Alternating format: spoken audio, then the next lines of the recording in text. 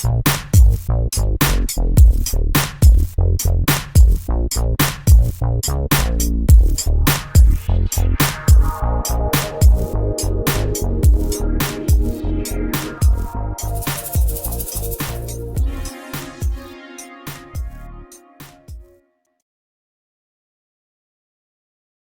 you recall, because I know that this is kind of a myth that, you know, you record, you know, back in the day with George, you record, and you never knew where the song was going to end up.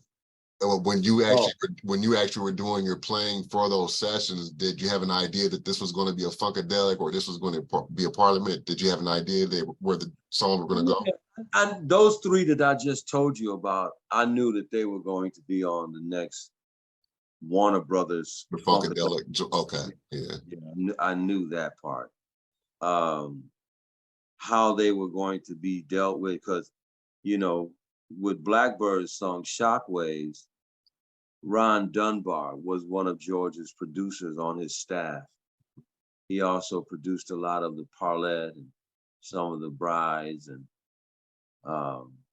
you know, he worked on a few of some Parliament stuff too. Yeah. But he was in control of Shockwaves. Okay. And, he and Gary Scheider kind of did that one. You know, he you know, we cut a few songs, you know, those are the ones they picked. You know what I mean? Yeah. So, and with Michael, you know, George grabbed that one, and, you know, he turned that one into Funk is Stronger, you know. Yeah. And then Gary and George grabbed the Icka Prick track. And they, you know, we were singing, you know, Icka Prickin' on pussy, you know.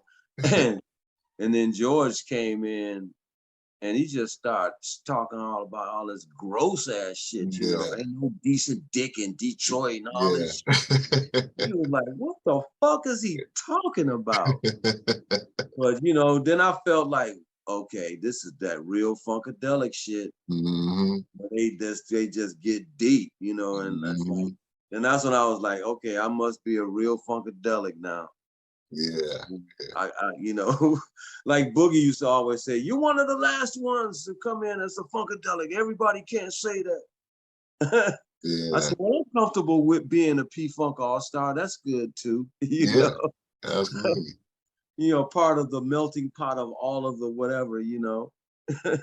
Yeah. Like Maceo explained it on the Beverly Theater double live CD. Mm-hmm. He explained it like the NBA, you know. You bring the best of the best in, you know. Yeah, yeah. So I was very thankful to be part of the best, Jay. Yeah, absolutely. Yeah. Now you mentioned that Beverly Theater CD, which happens to be like one of my top favorite live CDs from the P-Funk family, man. And I know Dennis Chambers was in the chair for that one.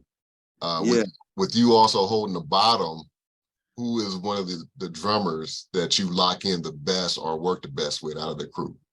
Well, at that time about that CD, that double CD, I was just playing like maybe one, maybe two songs. Mm-hmm. It was all about Rodney Ski Curtis. He was back because it was like the Atomic Dog tour we were on. Yeah, yeah.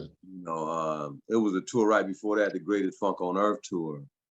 And a couple of little things we did before Ski came back. And, but anyway, I still got a chance to play, you know, and then what was really deep was George was like, okay, I want to move you up front and start singing with Gary and Mudbone and Peanut and Clip. I said, oh, really? If you listen to that first, if the first part of the CD, the first CD on the Beverly Theater, it's an intro. Mm-hmm. And you hear them singing, walking down the street, running down the street, going down the street, every time we meet. That's me and Mudbone and Peanut and Gary singing that, you know. And they kind of brought me up in the fold, you know, like, because they like my voice. And I was like, whoa. You got a promotion. I mean, man, you know, so I was thankful for that, you know. Yeah. And then I still get to play bass on 1 or 2 songs, but it was mainly singing throughout that time, because Skeet coming back, he started doing a lot of those arrangements that they brought together, because between Skeet, Dennis, and the P-Funk Horns, they all from Baltimore, by way of Mudbone and Peanut, who is from Baltimore too. And also Razor Sharp, you know. Yeah. But they all was playing together at one point. So they would, especially the Horns and Skeet and Dennis, and they would bring these arrangements in. And that's kind of how that stuck like that, you know. But yeah, those were some legendary times. I love that band. That band was one of the greatest bands of all time. Oh yeah. Oh yeah. We had people like you know, Michael Jackson and Prince coming to see us and stuff. Yeah. Matter of fact, when we did that show at the Beverly Theater in LA, a lot of celebrities showed up for that, you know. And it was fun, man. You know, the dog came out, and you know, Billie Jean was at the top of the charts, and the dog came out and knocked Billie Jean off the #1 spot. And nobody could believe that shit. People was like, what the fuck just happened? Right. The funk took it. The funk won. I'm gonna tell you though, but if you listen to Billie Jean and you listen to Atomic Dog is so different at that time. You know, all of that backwards bullshit going on, and that the beat and the sound. The sound was different. Yeah. You know, and that's, you know, that song, you knocking out Billie Jean, you knocking out a Quincy Jones production. You know, that's huge. Oh yeah. You know? That's why I say George is still one of the greatest producers of all time. Yeah. You know? Yeah. Because to even be competing in that fucking realm at that time. You know, Michael Jackson was the fucking king, man. Oh yeah. You know? I mean, come on. When Billie Jean was out, nobody was fucking with Michael Jackson. Yeah, the world stopped, when that came out. He was the biggest entertainment artist in the world. Not the United States, the world. And that says a lot about, you know, where you at with your game and stuff, you know. So, and that was the thing, you know, like I said, you know, he probably, you know, because he respects P-Funk too. I remember, you know, when George told us that they covered a Parliament song, you know, I Bet You. So they have all the respect in the world for Parliament-Funkadelic, you know. Yeah. And they were little boys when they did that, you know. So, you know, for George to do that, I guess, is what probably wasn't a really big deal to Michael. He was already king. Somebody had to knock him off. Oh, yeah. Who else was gonna do that other than somebody like George? You know? Right. You know, that completely, like I said, if you listen to both of the songs, they like just far apart as you could get. You know? but both funky. Both of them was funky, and both of them very popular. I would say. Yeah. You know, and because like I said, to get up in that Billie Jean status, that dog had to get popular for real. with a lot of DJ help, with a lot of marketing, with a lot of promotion. Because we toured on that record for like from like 82, 83 to like almost 85, you know. You know, we just, the record just didn't go nowhere. We just kept working. You know, it was amazing. You know? And still to this day, man, it's still kicking ass out there, you know. That song is never going to go away. it's one of his biggest hits, you know. And especially now by this time he had became a solo artist.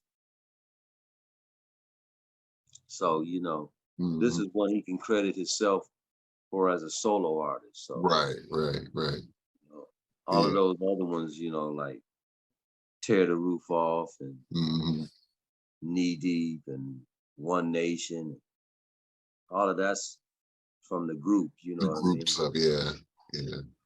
But he got him a big hit though. With when he did go solo, he got a huge #1, bro. And it ain't going nowhere, you know. Nowhere. It ain't, man. He still do it at the end of the show. Yeah. That's how big the song still is. And it still makes people go crazy. You don't never want to do that song up front. Never. Yeah. It's a showstopper. Oh yeah. We know, man. We know. Hey, man, and you know we'll be over that way in August. I'm there. Yeah, they got. I'm there. You know, George got an unretired tour coming up now. Right. You know what I'm saying? Yeah. I'm just gonna laugh. That's another thing about the pandemic we were speaking of earlier. Having that time off, he was telling me that, you know, he just decided, you know, retirement is corny. You know, he want to get back out here and perform, and he's still healthy enough to do it. He's gonna be 82 this year, and wow, that's I wild. I admire that tremendously. You have to, yeah, you have to, man. And, I have to respect the fact that he even wants me to still be a part of his organization. You know what I mean? I don't take nothing for granted, man. You know. Soon as you fall back on your heels and get too comfortable, that's when you fuck up. Right. But anyway, you know, it's been a treasure working with him, for him, through him, and my career as a musician has skyrocketed because of it. You know. Yeah, absolutely. I'm not just another little kid that came out of Cleveland not doing nothing. You know, latching up with him. You know, with the help of my cousin Michael Hampton, we were very blessed to be a part of something this historic, you know, in the music world. You know, my family, they're all proud of us and everything, and that's a good thing. You know, that's wonderful. Yeah, we're gonna try to keep on doing it. Mike is back in the band flowing. You know, we had a little meeting and stuff. You know, we played over there, and what was that casino we was at? That was Morongo. Yeah, Morongo. Yeah, that was a nice gig. Yeah. I was glad after you know, we got a chance to have a couple drinks afterwards. Yeah. So that was just fun, man. Yeah, you good know? times. Yeah. And I don't do that with everybody, you know, so only with JD. It was cool because it gave me the opportunity to kind of, you know you as a brother, you know, instead of just on the stage, you know, this Lige is up there, but it, you know, it just gives you the opportunity to know the person. Away from all that shit, you know. So that's what I dig, you know. And that's what I was trying to do, and I'm gonna try to do more of it. Period. Now. You know, I mean, there's a lot of steam. It's slowed down and everything, but it's, you know, now that you've acquired so much experience, now you want to give it back. You know, you want to, you know, back what you've learned. So, and like I said, and you never stop learning. You know? Absolutely. Not in this business. No, not in this business. Not for 1 second. Bro. Yeah, man. So I feel, like I said, tremendously blessed to keep doing what I've been doing for the longest that I've been doing it. So I'm gonna, like I said, I got a few projects that I got coming out. I got some that's already out. You can find it in any, you know, I'm on Facebook, I'm on Instagram. You know, you can find out anything, you know. Now social media will give you like a, it's like a resume. Absolutely. People say, well, just go and Google them up, or Google them up, or Google it up, or Google that up, or whatever, So that's what it is these days. I'm with it. Yeah, I know you just mentioned that you're still working on projects and so forth. So I do want to touch upon the latest thing that you just dropped, the Mothership Connection live session. So talk a little bit about putting that project together. Oh yeah, I have one right here. Perfect. Boom. Yeah, that's the latest joint, y'all. Pick that up. If you go over to my Facebook or Instagram, it should be a link over there. If you just scroll through my page, you will find it. You know what I mean? Because it's only being released from Switzerland. And it's a great package, man. It's got like, here, let me try to open it up a little bit. Yeah, go right ahead. Before I go. Let's show the people what's in that package here. Yeah, I mean, it comes in this plastic stuff here, and like I said, it's from Switzerland. And if you know anything about the Swiss, they some rich ass people. But yeah, here it is, right? And then it folds out, to like little records, Yeah. You got like, it's a double. That's CD. nice. Yeah. And you got like a picture of me here, and then here's the CDs. You know what I mean? Nice. Then on the back, you got like the credits. I took Blackbird McKnight with me. And also, what I truly like about it the most is there's this booklet in it. The booklet is really cool. Because it's got like pictures. This is it. It's shaped like this. And then, like I said, it's got like different pictures of, it's got like the credits. And then, like I said, very it's got, nice. Yeah. All kind of, and then it's got like, this picture of a live shot. Yeah. I think that was when we was in Belgium. Okay. And like I said, the booklet is like, 5-6 pages. And it was put together very well, very professional. Yeah, it looks nice. It's not a record label or nothing like that. But we just basically he put, the guy that brought me over there in 2019, I suggested to him, I said, I got Blackbird with me. What I want you to do is I want you to record every show. And I want you to record direct from the board. So what you get in here is direct from the board. It ain't somebody holding their cell phone up. Yeah. It's direct from, and then, he mixed it, and then mastered it, And so I sent one to Ricky Vincent, or he bought one actually. And he commented, he said, man, Lige, that's one of the best CDs, best sounding CDs that you've ever put out. And I said, nice, because that's coming from a DJ, and he also does what you do. He has a podcast thing that he does. And right.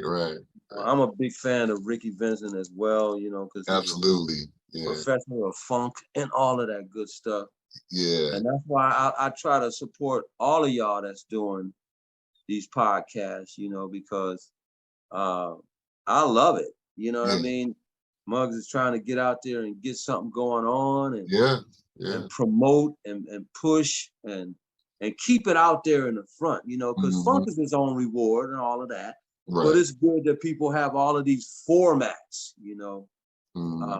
that we can, go to and check out, because social media is blowing the fuck up. That's where it's at. Listen, you can't run from it. You can't run from it. I ain't gonna run from it. Yeah. I'm ready for it. It's like, come on with it. Yeah, man, you can't run from it. That's where it's at. I mean, it hit like the devil. It came in like, bam. Yeah. All of a sudden, it was on you. All of a sudden, the TVs changed. Laptops were available. Tablets, phones. Phones even evolved so quickly. They went from a flip phone To this little bitty square.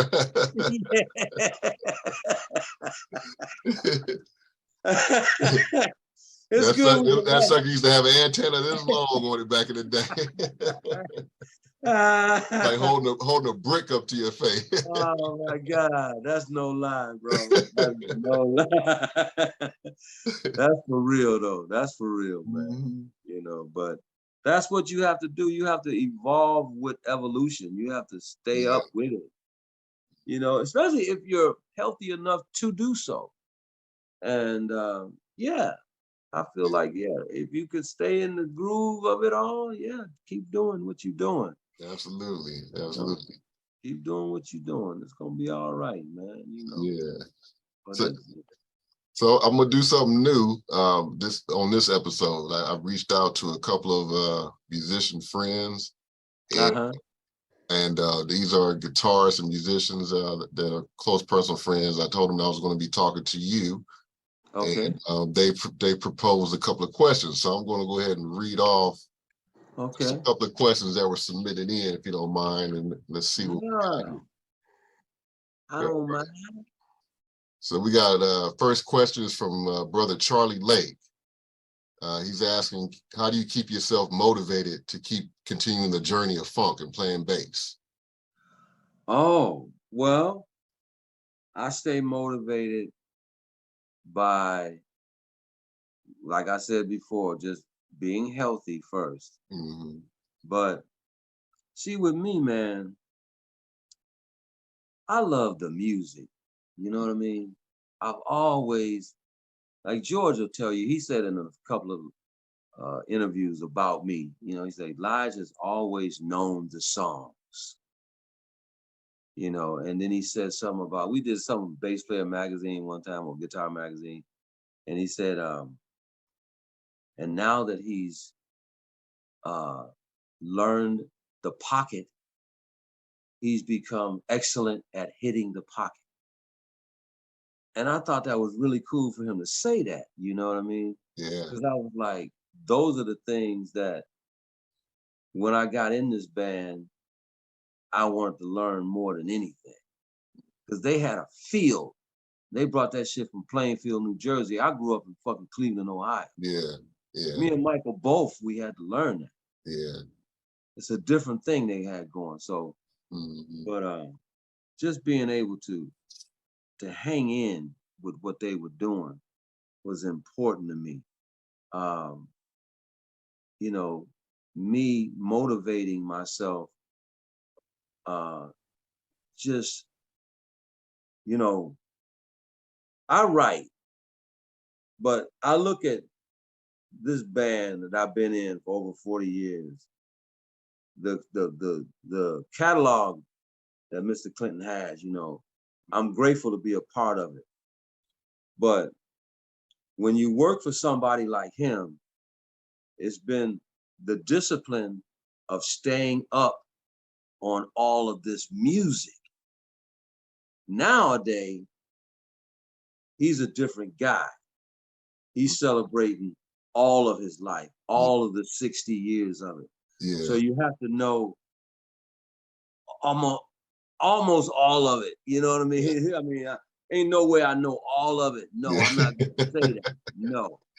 But we do venture off into things like he might have ideas of some things that he want to do, and then we might surprise him with things like me and Danny like to surprise him and do old shit, you know. And so, but anyway, the old music all the way up to now is what motivates me, because I feel like I have to stay on top of it. If you're gonna do this gig, know the material. If you're gonna do any gig, know the material. This dude just so happens to have one of the largest catalogs in the world. You know? So you try to, you know, and like I said, at least know whatever period of time we in. Like in 015, when he brought the laptop to the stage, and he brought his grandkids with the laptop. And I was like, what is he finna do now? You know, so it was all about me getting motivated and trying to adjust to where he was going, because in his mind, he's staying current. You don't want to be labeled into this old school world, go out with these old school funk tours and shit, and be like, old school. Oh, I don't think he likes the word old. You know, he acknowledges that he's not a young man anymore. Right. But you ain't gotta be like, it was like he's like Miles in that sense, where he was trying to do something different. Yeah. And with bringing his grandkids on. And I mean, all of hip hop has acknowledged them. Why can't he have fun with it on his own stage? Yeah. You know, I mean, Snoop Dogg wouldn't have a career without fucking Atomic Dog. We was just talking about it was #1. So he's looking at it like, I'm having fun with my grandkids up here. And we writing hip hop. Look at that. Shake the Gate was like, you know, 33 songs. How many songs? Like, it was a lot of songs. 3 albums of fucking songs, whatever. Yeah. And a lot of it was hip hop, because he had got with his grandchildren and they started writing together. They started showing Granddad all about Garage Band and shit like that. You know, and this is what the world is turning into. You know, you can buy a laptop and it's got a DAW hooked up to it. Yeah. So, you know, it's convenient now. This is all things that we didn't grow up with. Yeah. You know, so he definitely learned a lot from them as they learned from him. So that's why they ended up on. And then, you know, why not? That's his family. You know, it's what he wants to do. Yeah. And I'm pretty much with whatever it is, because I didn't know how he wanted to do the laptop thing. I was like, what the hell? Yeah. You know, because we first did it, Ricky Rouse was still in the band playing guitar. And we were standing on the side of the stage, and you know, and he was finna punch the laptop thing, and I thought the kids was just gonna go out there and do the laptop thing, and when that's over, I thought, you know, then we gonna come up there and really play the real instrument shit, you know, and do that. And then he looked at me right before we went on, and he looked at me and Ricky Rouse. He said, "What y'all doing?" He said, "Well, we gonna, you know, we standing over here waiting on you to get done." He said, "Nah, I want you to play with the laptop." I said, "Play with it?" He said, "Yeah, I want you to play with it." Now, it would have helped if I would have known like this before, and like, you know, what song it is. Yeah, I don't even know what it's gonna be. You know, it's like the laptop. So, you know, he pushed the thing, man. You know, he scrambled around with it. You know, he did about 2 or 3 shows with it, and I got Danny to make me a copy. It's like a medley. So he made me a copy, and you know, I kind of got with it and trying to find. You know, he was like, just find something that you like doing with it. So I'm trying to like stay out of the. See, this is more producer shit too. Yeah. So what I'm doing is what I'm playing on stage to that is trying to stay out of the way. Right. Of it. Mostly, I'm finding out what the key is to the songs and what they do, and it's about stay out of the way, and you know, but be there at the same time. Make a presence, but don't stomp on the track, because a lot of it, like Danny Bedrosian played on a lot of that stuff, and it's a lot of keyboard bass in it anyway, you know. Gotcha. But yeah, man, that's how I stay motivated. You know, because the band has been through so many things. Over my 40-something years, I've seen the band change from one to the next to the next. We've lost a lot of soldiers, soldiers, and we gained some, and it's like I said, even like I said with the grandkids out there, George has acquired a hip hop audience now. Is part of that audience now come to see that. Yeah. Regardless if the old heads like it or not. That's just the way it is. That's the way it is. You know what I mean? We still gonna do some old stuff, because that's what George is all about. We understand that, but for the kids and for the young ones that's up there, he likes to stay, current. In the loop, yeah. Yeah, I mean, if people can't understand that, then shame on them. You know? Absolutely. If you're looking up there like they calling him granddad, man, that's what we be. Where's granddad at? Tell granddad to come. I'll be like, listen, man, come on, let this man have his moment with his kids like this. Because I'm gonna tell you, like, I work with him, and I know how much he committed himself to going out on the road, touring, going into the studio, staying weeks, months at a time, and being away from your family. Because I was right there with him. I was away from my family, so a lot of times I look at him now like he's trying to just make up for some of the time that he done missed with his family people, Makes sense. Man, I mean, his son, his sons, and they had a bunch of kids. Now you got, like I said, grandkids out there. Great grandkids and great. Yeah, got great grandkids now. For real. So there's a bunch of Clintons on the stage now. I'm telling you, man, and they all like trying to get it in. They trying to get it in. Yeah. That's why that spot is so important to him. Because he knows that they don't understand a lot of his era. Like his catalog is long and large. Like for when he wanted to do Standing on the Verge, and it was like, okay. And he's like, I gotta teach, the kids how to do the words, you know what I mean? And that's what it is. We gotta teach them, They gotta learn how it goes, because they growing up in a whole nother world, the way R&B is now, and funk now is Bruno Mars and Anderson .Paak and shit. That's not that it's bad, because they some of the ones that's hanging in there, But I'm always trying to teach the younger ones, man. I'm trying to at least steer them right, Right. in the right direction, There it is. I always let them know though, you got to put the work in to get it out, That's it ain't gonna just come to you, Absolutely. So just remember, like anything real, you're gonna have to participate in and put a little sweat in it, That's it. You know what I'm saying? So I still practice, man.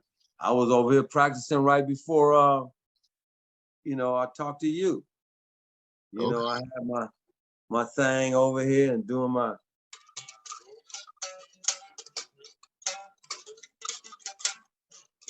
I'm in like my little studio area, so Awesome. I kind of like get over here and just get in my world, Yeah. I don't live in a big apartment, but it's big enough where I can get my thing on, Yeah, I'm glad you showed your bass, because I have another question, which comes from another person about bass playing, which is from Oli Nero, also a bass and guitarist as well. Okay. His question is, I believe you started from a four string instrument, but I've seen you go from a 4 to a 6 to a 5. What made you do the changes on those stringed instruments, like the string bass players? Well, really, I mean, I really went from a 4 to a 5 to a 6. 4 to 5 to 6. Okay. Yeah, because like when I first started playing 5-string, I didn't play it a long time. Mm-hmm. But for me to learn the 5-string, or even just to get used to this low B over the E string, which has been the lowest thing on the bass for ever. It's what a bass is, E-A-D-G, you know. Now they're gonna stick this B over here, this low over the E string. So what I did, I put the 4-string down completely for about, I would say 2 years straight, you know, until I could be comfortable with that B string over the E string. And because I didn't want to keep my mind, I had to, you know, that was a big one for me, because people still ask me today, like, how do you hit the B string, Lige, without hitting the E string? How do you hit, you know? I was like, well, you gotta seriously just put the 4-string down, at least for me. Yeah. You know, I had to put it down because I know I can play the 4-string. Okay, now I got to get my whole mindset with a string being over the E, like I said, the B. So I played that. Plus, before I started playing 5, you know, and this was like around the Lollapalooza time, you know, like 94 when I started playing, first started playing 5. Because I had a 4 on, I had a bass tuned down to low D, just for dog. I would have a bass on the side. I wouldn't play it till dog. Okay. You know, and then but my whole thing was like, I gotta learn this 5-string. Yeah. Because then I got that low B, and I won't have to be switching basses and shit for one song. I could just have it. And I always wanted to have the low B too, because of songs like Flashlight. You know, we could never go as low as the synth bass, but when they gave us that low B, that put bass players back in the game to be able to reach some of those spots. Get that bottom. Yeah. Exactly. You know, so I then started playing 5 because of those reasons, that it gave me a little bit more freedom to do some things on stage that had to do with the synth bass. But just learning and getting used to it, to play it, took a while. And then as soon as I did, I started wanting to play 6-string. So I played 6-string a long time. I just really like stopped playing 6-string as much a few years back, man. Yeah. You know, I've been the several years I've been seeing you, I saw the 6-string in your hair. Yeah, I had like I had an endorsement with ESP. I had a Washburn. I got a Washburn 6-string. We had an endorsement with them. And I have one now. I still play it, but I don't play it as the main bass now, you know? Yeah. I still take it out. I might play Maggot Brain with it, you know, something like that, or with the 6-string. Because I just got this new 6-string signature model from this guy. The name of the company is called Monobasso. Okay. And I met him at NAMM, down in the basement of NAMM. A lot of people don't go down there, but I love going down the basement. And we hooked up, and he makes these basses. And he made me a 6-string. And, you know, at the same time that I did that deal with him, I just got turned down by Fender. Okay. And then the next following year, we got the Fender deal. Actually, I didn't get it. We took George to NAMM, and then George got the deal. Imagine that. Because I told George, I said, man, you need to go to NAMM show, man. And I didn't think he would listen to me, JD, but he called me when he got to LA. He's like, well, really, his wife did. Yeah. And she said, well, where you at? I said, what do you mean? I'm at home. Mm-hmm. She said, well, we at now, we waiting on you. We thought you was gonna be here. I said, oh, no shit. So, Dang. so I had to hightail it up there, you know, and get the thing, you know, and Yeah, you know. that's cool. A year later, it happened though. Yeah. Yeah. Uh-oh. Let me get my thing back on. Okay. Yeah, here we go. And what type of strings do you like to use? You have a preference? Well, the ultimate strings for me is probably Diodario. Okay. But I use, you know, I just got uh, an endorsement with Jim Dunlop. They do Okay. strings now, you know, and Hmm. I've always been MXR guy, you know, and Jim Dunlop, because that shit, it might be heavy, but it works and it don't break. Yeah. Yeah. And I was always like, you know, a Diodario dude from the beginning. Me and Rodney Ski Curtis, we love Diodario strings. But, you know, I kind of got away from the company a little bit. Mm-hmm. And, you know, and then we started doing more with Jim Dunlop. And then they was like, we do a string too. And I was like, okay. But I done been with Roto Sound, all kind. I love Roto Sound too. Okay. You know, when I was playing my 5-string Music Man out there at the time, I was using Roto Sounds. And Roto Sound is the first string that I ever used when I came up in Cleveland playing and things like that. You know, Roto Sound, back in the day, you know, I see a pack of Diodario, and for bass, you know, it's like, it'd be like 20 something dollars or something back in the day in the 70s. And I couldn't afford that. But Roto Sounds, they, you know, they was like more like $7 or $8, so I could afford them. Yeah. Yeah. You know, they would probably lose their little juice, you know, quicker than Diodario, but that's when I learned about boiling strings. Mm. Well, you know, really after you boil them, you know, they might last maybe that day and then they go back. Yeah, man, you know. those little Basically, those little MacGyver hacks. Huh? yeah, you know what I mean? You like, but you know, now they got so much stuff to clean the strings and shit. It's Yeah. ridiculous, you know. So Yeah. it's, but I use a variety. I'm not really set on like the main, you know, but those are my preferences. You know, Okay. Yeah. Diodario probably is number one for me. You Cool. know, yeah.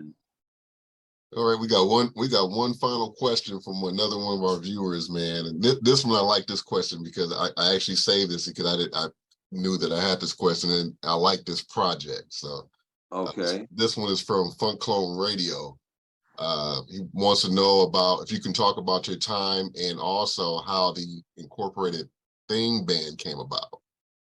Oh wow. Okay. Yeah. Yeah.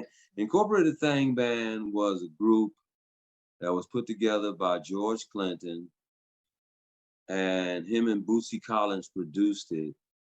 Um, it was like one of those things where like George, you know, had a record deal he had a record deal with Warner Brothers Reprise Records at the time. Mm-hmm. And he was talking to a guy named Benny Medina. Yeah. And Benny offered George a deal if he found a group, because he wanted to do a group. And so George started thinking about what he was going to do. First, you know, he was going to, you know, it was right after the Jimmy G stuff, though. The Jimmy G stuff kind of like fell through because he had signed Jimmy with Capitol Records. Mm-hmm. And then Jimmy, I guess things didn't work out or whatever. So George went back out to LA, I guess, and got another deal, with Warner Brothers. It got back with Warner Brothers. Okay. And him and Archie came up with this Incorporated Thang Band idea. And they were going to use Andre Fox right off the bat. And then George decided, well, let's use Lige, because I was already playing in P-Funk. Mm-hmm. So he said, we'll use Lige because he understands a lot what's going on with the business side of it anyway. And plus Benny Medina, it's deep how My Fair Skin is what he was looking for. Benny Medina? Yeah, it's like, they were looking like, because, this was the era of Prince too. Yeah, yeah. And the way that they were signing people, you had a multicolored right of African Americans going on. Right. I mean, Prince was a big part of that whole movement, at that time. And this was in the 80s, like 88, 89, around that time. Mm-hmm. And so they asked me to do it. And then we had some guys that Andre knew and George knew, these guys from Chicago. They made up the rest of we actually had Chris Bruce in the band too, who was a guitar player from Chicago that plays with everybody, Sheryl Crow, everybody you want to name, Michelle, everybody. Yeah. But he was in the band. So they put together, it was like a put together of musicians, Mm-hmm. And we did these tracks that George had, that Bootsy wrote, that he wrote, and it was just one of them things, man, where it wasn't truly promoted right. Yeah. What's that group that Jay King had out? J. King, Timex, Club Nouveau. Club Nouveau. Yeah. They came out around the same time Incorporated Thang came out. Yeah. And Incorporated Thang Band and Club Nouveau was interviewed. They was, well, not interviewed, but they was kind of like rated in the Rolling Stone magazine together. And they gave Club Nouveau a big, yeah, this is the shit. Yeah. But Incorporated Thang Band didn't get that kind of push. Yeah. They said that those tracks sound like old tracks that George didn't produce. Mm. And he was bringing them off the shelf or whatever and just put a band together. They went up and down, bro. Wow. And so it never really jumped off the Incorporated Thang Band like we would like it to jump off, you know. But we did a video. It's funny. Yeah. And to this day, though, I still play some of the songs. When I play live, I teach whatever band that I'm with. I'll do stuff off the record like Still Tight. It's just, a few things I'll do, Storyteller, Yeah. But, like that was a experience for me, being produced by George, signing to a major record deal. Yeah. I look at all of that as, it was a great experience. A lot of people don't even get a chance to go through that shit ever. Yeah, you ain't lying. So, I always, like I said, never take anything for granted. It's, unfortunate the way it happened, but at the same time, it was good fortune just to go through it, Yeah, yeah. Like I said, I got a major record out of it. It came out on vinyl, It was cool, man. It was deep, man, because it was me learning even deeper how to be produced. Mm. You gotta understand, like, to take direction, everybody can't do that. Yeah, yeah. I mean, especially on certain levels, like some people just fall by the wayside. Yeah, and it's hard to produce a group of people at that. Yeah, All so the different personalities. Yeah. and back then we was doing all this cocaine and shit, man. We was getting fucked up, smoking weed, drinking like fish. Yeah. Back then I used to go through cases of beer. Mm-hmm. Oh my God. I still wondering how I'm still standing to this day. Yeah. Yeah. But yeah, man. So that's pretty much what that Thang Band thing came about. Okay. Yeah. Body Jacket is still one of my favorites, man. Yeah. And Fiddler wrote that. Yeah. Yeah. And Fiddler, man. He's a beast. Yeah, he is a beast. He Yeah. is. No doubt. Everybody's body jacket. Yeah. Snapping and cracking and whatever. Yeah. Like chiropractors cracking backs. Everybody's doing the jack. Mm-hmm. That's some George Clinton shit for real. Yeah, classic. Yeah, gotta love it. Nice, man. Yeah. But man, it's been great talking to you though, Oh man. man, you know what? You gotta do this more often, man. Yeah, for sure, for sure. When we get a break, I want to get up there in your studio and shit sometime.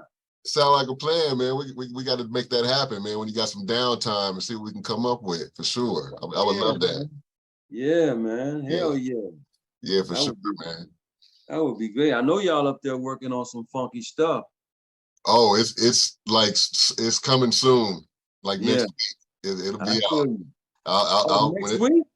The video, the video, my first video, solo video, and then my debut out single. Yeah, so this is the thing I'm doing by myself. So yeah. Okay, cool. Yeah, so yeah, next week the video's been done since February, and then the single and the album has been done. But I'm just waiting because my birthday was yesterday. So happy belated. Yeah, thank you, man. Thank you, appreciate it. So I was waiting for April to come so I can just get the video, get the single. So it's happening. Okay. So yeah, so once I get that release out next week, I'll shoot a link over to you so you can check it out. Nice, very cool. Yeah, I'll be looking forward to you seeing it. Hope you enjoy it. Yeah. Oh, I know I will. Yeah, but I thank you so much, man, for taking time to stop and share your experiences and all the things you've been doing. And even now, the current project you're doing is Smoking. It's amazing. So definitely go ahead, my people, go ahead and pick that project up, and as well as anything else Lige has done. With all the P-Funk alumni that he's done, he's an awesome brother and player. So we appreciate him to the fullest. Yeah, we got a new 420 Funk Mob record coming out too. Oh man, is there a due date or a title? Anything? The Emperor. What's the title? The Emperor Has No Clones. 420 Funk Mob. It's a studio record. Okay. And it features, all of the cast. We got, Gary Scheider on there before he passed away, and got Mr. Clinton on there, and Clip Payne is pretty much the leader of that, I would say. I'm definitely helping him out, as much as I can, because we all got stuff going on. But because I just talked to him the other day, he was like, I can't do this by myself, man. But like he got like a couple of things. He's almost done. I think with the record, he should be done. Yeah. But as far as release date, we just trying to get together now. I was just talking to his management, Chuck, and we trying to get a release party set up, so we can bring it in pretty cool, because 420 normally, got a bunch of live CDs out. This is the first studio recorded CD. That's awesome. So it should be really cool. There's a lot of good stuff on there, man. I can imagine. Like you said, like we got a lot of funk just still coming out that we were trying to get out. You know what I mean? And for all you funk heads out there, be looking online for it, because it's gonna be right off in your face. Yeah. Now I know I gotta either hit Chuck or Clip up and get them on this show so we can discuss that project. Man, please hit. I mean, both of them will be great, but either one of them, it don't matter. They'll put you down with everything that they doing. I just got off the phone with Chuck, like I said, a couple days ago, Because I was wearing him out like it's getting ready to be April 20th. Why aren't what's happening, right? what's going on? That would be a good question you could ask him. You know, why aren't the band? Come on, the band's name is 420, dude. Next week, man. Next week. Yeah. But I don't know. I think he went through a few things. You know, he'll explain it to you or whatever. Yeah. And those that don't know, 420 Funk Mob is a spinoff, not really a spinoff, but it's a conglomerate of P-Funk alumni and other people who have come together and they just funk it out. And they go into some deep grooves. Oh yeah, like Moonshine Heather and the old Funky stuff. Woman. I mean, Alice in My Fantasies, all that good shit from back then. Old stuff. Testify, all your goodies are gone, things like that. These are the things that 420 Funk Mob get into. So definitely, if you see and hear them come to your town or when that project comes out, get it and go. Get it. Get it. Yeah, it's some deep funk. You won't be mad at yourself. Yeah, some serious deep funkin' grooves, man. I love it. Yeah. Well, Lige, man, I appreciate you to the fullest, my brother, man. I want to thank you once again for stopping by. And then, you know, when you come back to town, you know, I'm there. If not front row, I'm in one of them rows. I feel you, brother. Well, I'll be there. I hear you, man. Yeah, I'll be there fucking with y'all. Thank you so much for having me, man. I appreciate it, man. No problem. And before we go, do you mind telling the people where they can find you? If you have an Instagram handle, Facebook, to where to find the music, if you can go ahead and just repeat that information. Yeah, you know, you could go to Facebook. I'm a Lige Curry on Facebook. And then you can find me on Instagram at Ligedeilic. You know, and our Twitter page, Ligedeilic, you know. But yeah, you can basically find the links to the stuff on Instagram or on my Facebook page, you know. And especially this newest one that I just put out here, that we're getting this double CD thing. So, cool. But other than that, you can go to CD Baby. I have material over there. Okay. Naked Funk stuff over there. And you know, thank you so much, social media. Now, you know, like every time I do this, I see sales go up because people be like listening to it too. Yeah. They be like, yo, okay, he said you could get it over at CD Baby. I mean, I gotta send in some more now because I just did a podcast with this other guy, and now they asking me to send some more, you know, physical CDs. A lot of people do downloads and all that stuff, but a lot of people still want to buy a physical CD. Oh yeah, especially when you got a package like what you showed us earlier with that type of artwork, and you got a little bit of history. You can see who produced it, who wrote on it, who played on it. So I'm a liner note junkie, so I kind of get it. I used to read albums like as books when I was a kid, so that was my favorite pastime. So I got you. So definitely, so yeah, we'll be looking forward to seeing and hearing all the new material that's coming out in the future, man. So we're really happy to have that coming.